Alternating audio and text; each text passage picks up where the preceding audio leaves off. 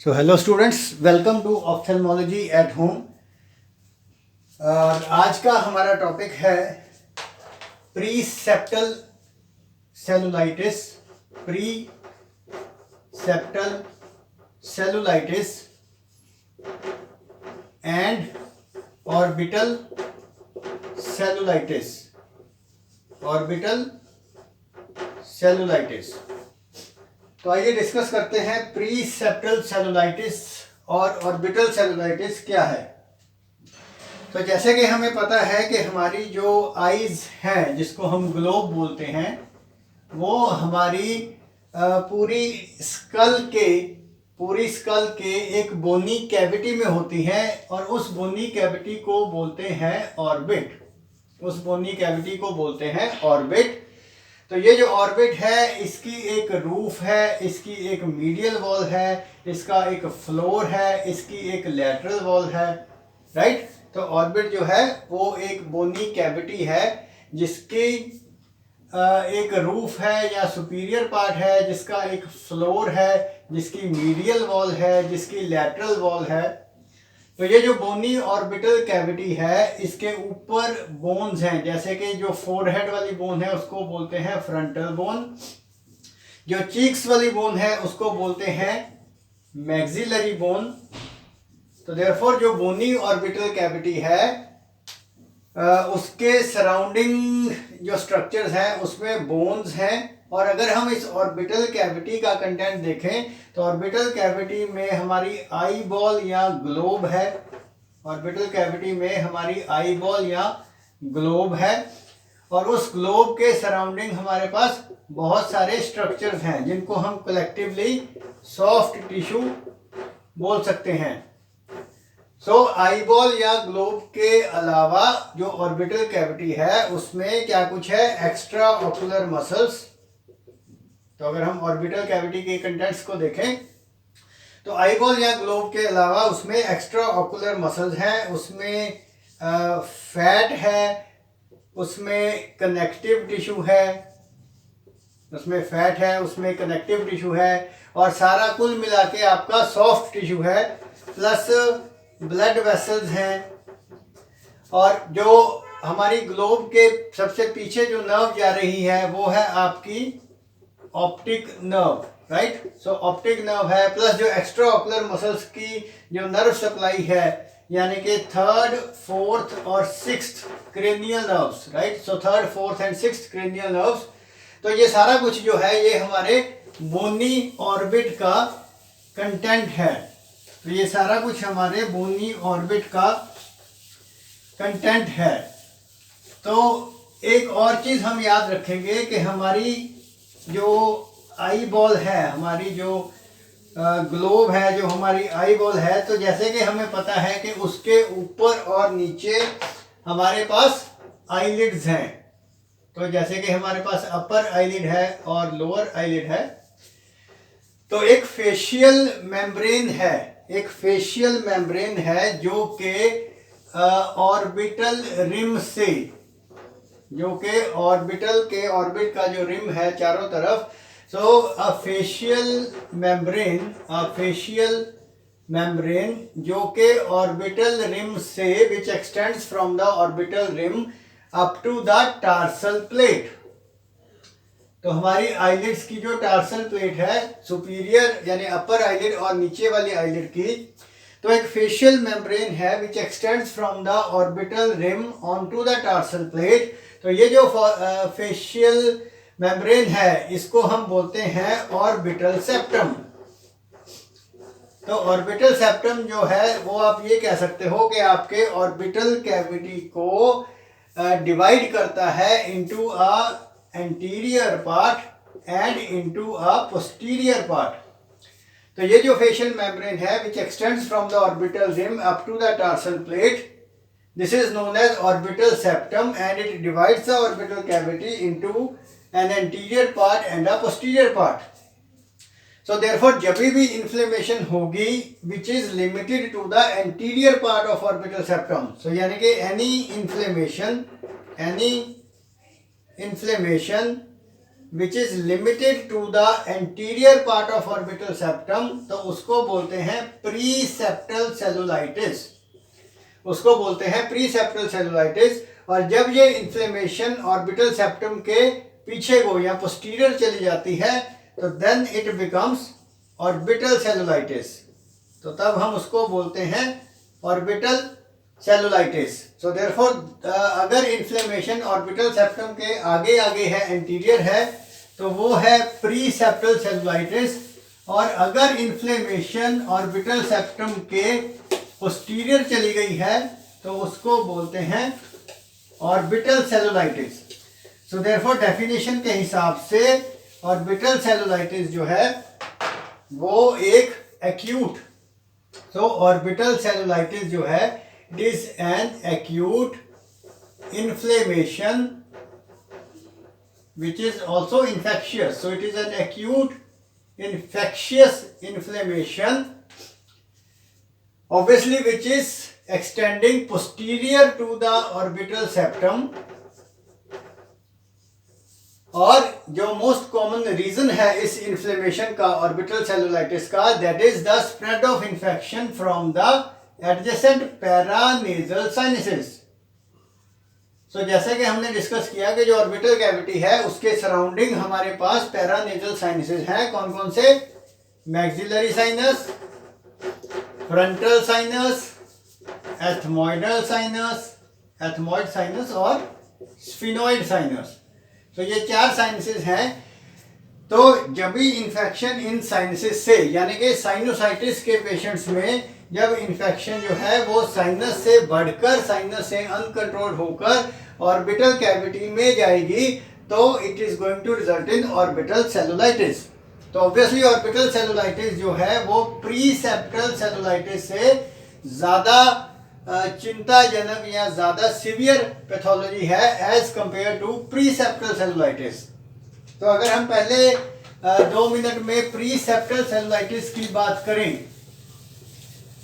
तो pre septal cellulitis में क्या है कि जो इन्फ्लेमेशन है या जो इन्फेक्शन है, obviously in case of pre septal cellulitis जो इन्फ्लेमेशन या इन्फेक्शन है that is obviously limited anterior to the orbital septum. Infection या इन्फ्लेमेशन जो है वो ऑर्बिटल सेप्टम के सिर्फ आगे आगे या एंटीरियर है, तो obviously it is not that serious, ये उतनी सीरियस नहीं है as compared to orbital cellulitis.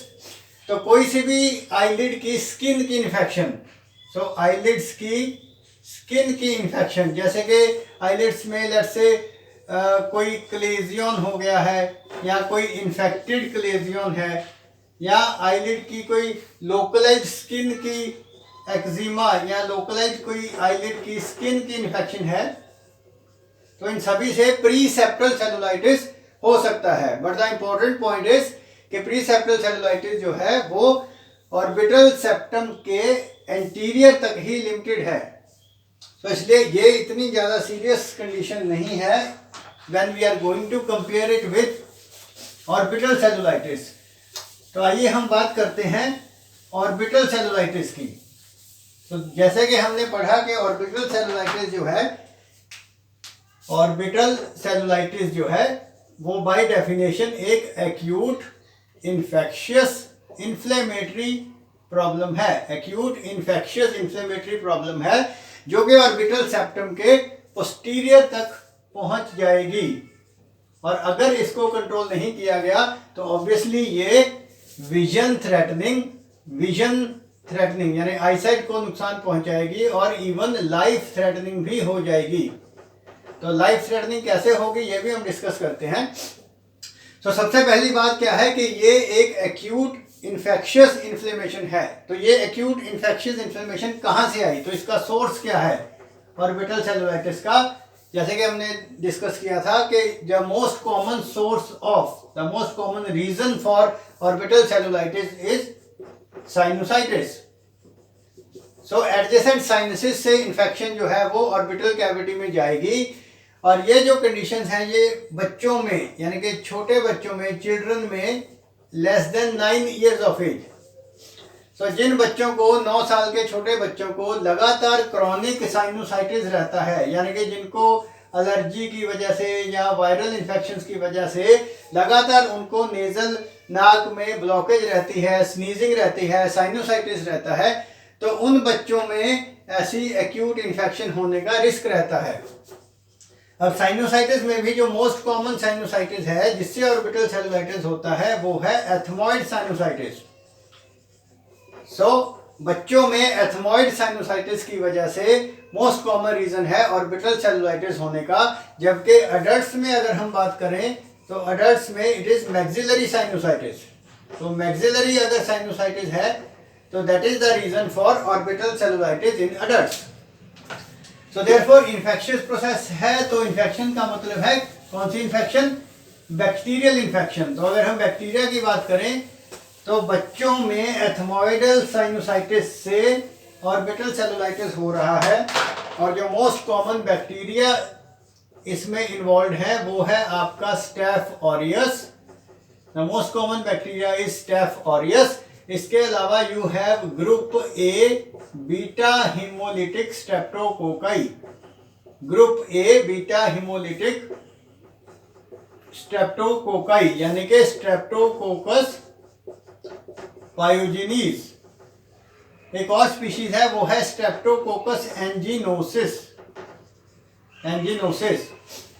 तो मोस्ट कॉमन बैक्टीरिया जो कि ऑर्बिटल सेलुलाइटिस करेंगे वो है स्टेफ ऑरियस और group A beta haemolytic streptococci that is streptopyogenes and also strepto एंजिनोसिस।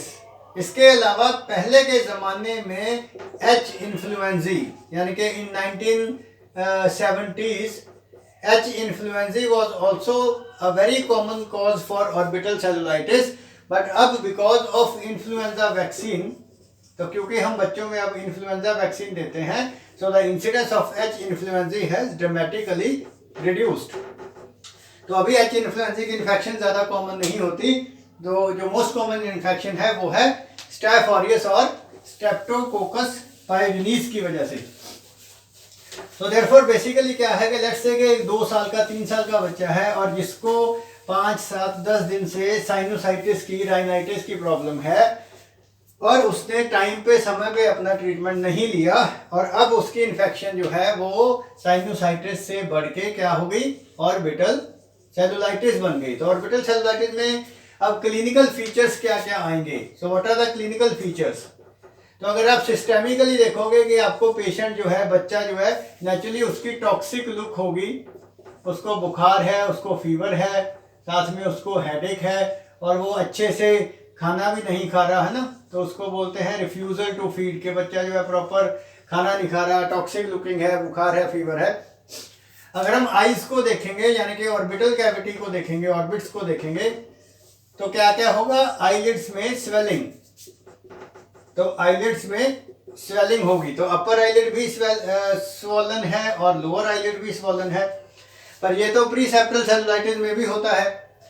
तो आईलिड की स्वेलिंग के अलावा जो मोस्ट इंपॉर्टेंट पार्ट हम इसमें देखेंगे, क्योंकि जो इन्फ्लेमेशन है, जो इन्फेक्शन है वो पीछे को चली गई है, तो पूरे ऑर्बिट के अंदर जो है इन्फ्लेमेशन है, इन्फेक्शन है, तो जिसकी वजह से जो ऑर्बिट है वो कंजेस्टेड हो जाएगा। तो ऑर्बिटल कैविटी जो है वो कंजेस्टेड हो जाती है, तो जिसकी वजह से आप देखोगे कि कंजंक्टिवा भी बहुत ज़्यादा रेड है, यानी कि कंजंक्टिवल हाइपरीमिया। इसके अलावा आपको लगेगा कि पूरी आई बॉल जो है वो आगे को आ रही है, क्योंकि ऑर्बिट जो है वो कंजेस्टेड हो गया है। तो जब आपकी आई बॉल पूरी आगे को आएगी उसको बोलते हैं प्रोप्टोसिस। तो आई बॉल जो है वो आगे को आ जाएगी, प्रोप्टोसिस हो जाएगी। स्वेलिंग की वजह से आईलिड्स, आंखों के जो मसल्स हैं, जो एक्स्ट्रा ऑकुलर मसल्स हैं, वो भी अच्छे से काम नहीं करेंगे, यानी कि there will be restricted ocular motility. Patient की आंख जो है वो अच्छे से लेफ्ट राइट ऊपर नीचे मूव नहीं करेगी। सो रिस्ट्रिक्टेड ऑकुलर मोटिलिटी। अब इसके अलावा आप देखोगे कि स्वेलिंग हो गई है, प्रोप्टोसिस है, रिस्ट्रिक्टेड ऑकुलर मोटिलिटी है, और सबसे इंपॉर्टेंट और सबसे जो ड्रेडफुल या सबसे जो चिंताजनक या डेंजरस बात है वो है रिड्यूस्ड विजुअल फंक्शन। सो रिड्यूस्ड विजुअल फंक्शन। तो ऑर्बिटल सेलुलाइटिस में नज़र जो है, आईसाइट जो है वो कभी भी कॉम्प्रोमाइज हो सकती है। तो आइए देखें कि ऑर्बिटल सेलुलाइटिस में नज़र जो है वो क्यों कम होगी। तो उसके 2-3 रीजंस हैं। तो जो मोस्ट कॉमन रीज़न है कि ऑर्बिटल सेलुलाइटिस में विजन या आई साइट क्यों कम होती है, and the simplest reason is कि क्योंकि ऑर्बिट के अंदर इन्फ्लेमेशन है, कंजेशन है, so this is going to compress the optic nerve, so therefore this is going to result in compressive optic neuropathy, या ऑप्टिक नर्व की ब्लड सप्लाई कम हो जाएगी यानी कि इस्केमिक ऑप्टिक न्यूरोपैथी, या जो इन्फ्लेमेशन या इन्फेक्शियस प्रोसेस है वो डायरेक्टली ऑप्टिक नर्व को इन्वॉल्व कर लेगी, तो उसको बोलते हैं इनफिल्ट्रेटिव टाइप ऑफ ऑप्टिक न्यूरोपैथी। तो ऑप्टिक नर्व की नर्व सप्लाई, ब्लड सप्लाई कम होने की वजह से, ऑप्टिक नर्व में कंप्रेशन होने की वजह से, डायरेक्ट इन्फिल्ट्रेशन होने की वजह से विजन जो है वो ऑब्वियसली कम हो जाएगी। So there could be a sudden loss of vision, एकदम से नजर जो है वो कम हो जाती है। आई की जो मूवमेंट्स हैं मसल्स की वो भी पेनफुल हो जाएंगी। इसके अलावा there could be compression of the retinal vessels, so retinal artery और रेटिनल वेन की भी कंप्रेशन हो सकती है, again which is going to result in reduced vision. इसकी वजह से भी नजर जो है वो कम हो जाएगी। तो व्हाट एल्स कैन हैपन, तो अब अगर इसको और ज्यादा कॉम्प्लिकेटेड स्टेज में देखा जाए तो मान लीजिए कि पेशेंट को साइनोसाइटिस था, उसके बाद ऑर्बिटल सेलुलाइटिस हो गया, पर अभी भी उसने प्रॉपर ट्रीटमेंट नहीं लिया या उसको ट्रीटमेंट का प्रॉपर रिस्पॉन्स नहीं आ रहा, तो इन्फेक्शन जो है वो और ज़्यादा कॉम्प्लिकेटेड होगी। तो what else can happen, so the most important complication in relation to the cranial cavity which can happen is uncontrolled orbital cellulitis can result in cavernous sinus thrombosis. So अगर infection या inflammation आपके orbital apex तक पहुंच गई और उसने optic nerve को भी कंप्रेस कर दिया, पर उसके बावजूद भी वो कंट्रोल नहीं हो रही है, तो it is going to result in cavernous sinus thrombosis, जिसकी वजह से आपकी क्रेनियल नर्व्स की पाल्सी हो जाएगी, that is 3rd cranial nerve, 4th cranial nerve, 6th cranial nerve, right. Plus आपकी सुपीरियर और इंफीरियर जो ऑप्थेल्मिक वेन्स हैं उनमें कंप्रेशन हो जाएगी, और इसके बाद तो जो इन्फेक्शन है वो इसके आगे चल के ब्रेन के अंदर यानी कि इंट्राक्रेनियल भी जा सकती है। तो अगर इन्फेक्शन ब्रेन के अंदर जाती है, दैट इज द रीजन हमने बोला था कि ये लाइफ थ्रेटनिंग हो सकती है। तो what else complication can happen as a result of orbital cellulitis, orbital cellulitis से और क्या हो सकता है, पस बन सकती है, यस। तो इन्फेक्शियस प्रोसेस है, इन्फ्लेमेशन प्रोसेस है, तो उसकी वजह से पस बन सकती है, तो पस को बोलते हैं हम एब्सेस बन सकती है।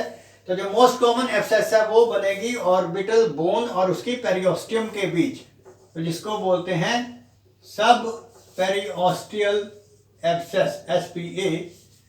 तो सब पेरियोस्टियल एब्सेस फॉर्मेशन हो सकती है which is most commonly seen along the medial wall of orbit, orbit के मीडियल वॉल के अलोंग सब पेरियोस्टियल एब्सेस बन सकती है। तो ये सारी कॉम्प्लिकेशंस हो सकती हैं अगर ऑर्बिटल सेलुलाइटिस को टाइमली मैनेज नहीं किया गया। तो अब इसको हम कैसे मैनेज करेंगे, ऑब्वियसली पेशेंट को हम इमीडिएटली एडमिट करेंगे, एडमिट करके उसकी IV एंटीबायोटिक्स चलाएंगे, उसके ओरल स्टीरॉइड्स चलाएंगे ताकि इन्फ्लेमेशन कम हो। IV एंटीबायोटिक्स में हमारे पास 3rd जनरेशन सेफेलोस्पोरिन्स हम यूज़ करते हैं, 3rd generation cephalosporins plus vancomycin. So 3rd generation cephalosporins plus vancomycin is the treatment of choice. अब अगर इन सबसे रिस्पॉन्स नहीं आ रहा तो पेशेंट की कंडीशन अगर डिटीरियोरेट हो रही है तो फिर हम ये देखेंगे कि कहीं उसको, पेशेंट को, बच्चे को कोई एब्सेस तो नहीं बन गया, राइट। तो अगर एब्सेस को हमें देखना है, डायग्नोस करना है, तो हम करवाएंगे उसका कॉन्ट्रास्ट एनहांस CT ऑर्बिट।